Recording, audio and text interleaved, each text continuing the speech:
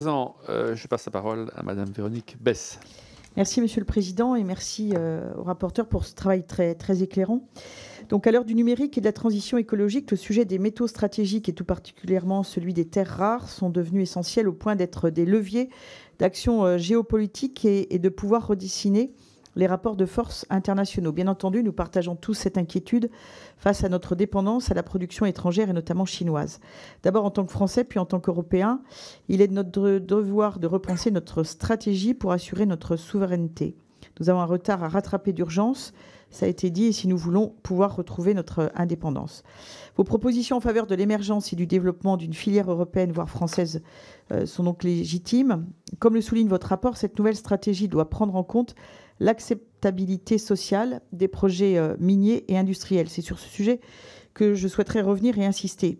En effet, le développement des projets industriels pourrait se faire sur des terres fertiles. À titre d'exemple, la carte du potentiel minier de la métropole dévoile une concentration de certaines substances dans l'ouest de la France. Or, cette région est aussi connue pour être une terre d'élevage avec des agriculteurs qui peinent parfois à s'installer ou à s'agrandir. De plus, les projets miniers sont de grands consommateurs d'eau et risquent de devenir des concurrents des agriculteurs pour l'accès à l'eau, surtout en période estivale lorsque les besoins sont les plus importants. Donc, première question, n'y a-t-il pas un risque de rivalité entre les projets agricoles et les projets industriels ? Et par ailleurs, je souhaite également vous alerter sur les réactions parfois épidermiques d'associations. Je ne parle pas des associations de riverains qui seraient concernées, mais bien d'associations militantes qui s'opposent par principe ou par idéologie à certains projets. Leur opposition se fait non seulement suivant les voies réglementaires pour retarder des projets, mais aussi en s'en prenant directement aux outils et aux infrastructures. Donc deuxième question, au-delà des simplifications administratives, quelles sont les pistes réglementaires pour assurer la sûreté des biens et des personnes ? Merci. Merci de votre intervention. Là aussi, deux questions, monsieur le rapporteur. Oui, alors c'est un sujet et pas un sujet. J'allais dire, je pense que le Mercosur fera plus de mal à l'agriculture que le renouveau des projets miniers en France. Comme je vous ai dit, beaucoup, alors je vais revenir sur votre exemple, mais beaucoup de projets miniers actuels en tout cas, comme dans l'Allier, je vois mon collègue monsieur Beauvais qui a une mine sur sa circonscription, se font sur des mines déjà existantes, la plupart. Alors après, effectivement, il peut y avoir de la prospection ailleurs, hein, ça c'est quelque chose qui va se faire. Et dans votre circonscription, effectivement, il peut y avoir un empiètement, ça peut arriver, hein, forcément. Et les mines ne sont pas hors sol, hein, c'est le cas de le dire. Et il peut y avoir un empiètement à certains endroits sur des terres agricoles. Ça, c'est quelque chose de possible. Alors bien sûr, c'est quelque chose qui devra être encadré, limité, qui devra forcément faire l'objet sûrement de lois spéciales pour limiter tout cela. Mais j'allais dire comme pour les projets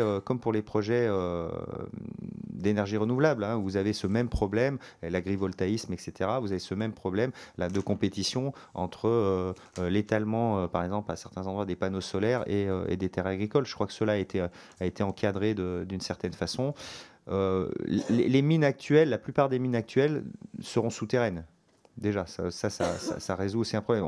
On a moins de mines à ciel. Je ne pense pas qu'il y ait de projets de mines à ciel ouvert. Les mines qui se montent actuellement sont plutôt des mines dans le monde hein, en général, sont des mines souterraines, donc à plusieurs centaines de mètres, voire kilomètres de profondeur. Et puis, oui, sur la sûreté, alors si j'ai oublié une partie de la question, mais donc c'était par rapport aux personnes qui s'attaqueraient, c'est ça, au site. Oui, au site, on l'a vu avec les bassines, par exemple, hein, bien sûr, à Sainte-Soline. En fait, on a parlé tout à l'heure de l'acceptabilité. Donc, j'allais dire, dès qu'il y a un projet, vous avez des opposants. Hein, vous avez un McDonald's qui se monte, vous avez des gens qui sont contre le McDonald's. Voilà. Donc, les mines, ça sera pareil, avec des impacts différents, on est bien d'accord.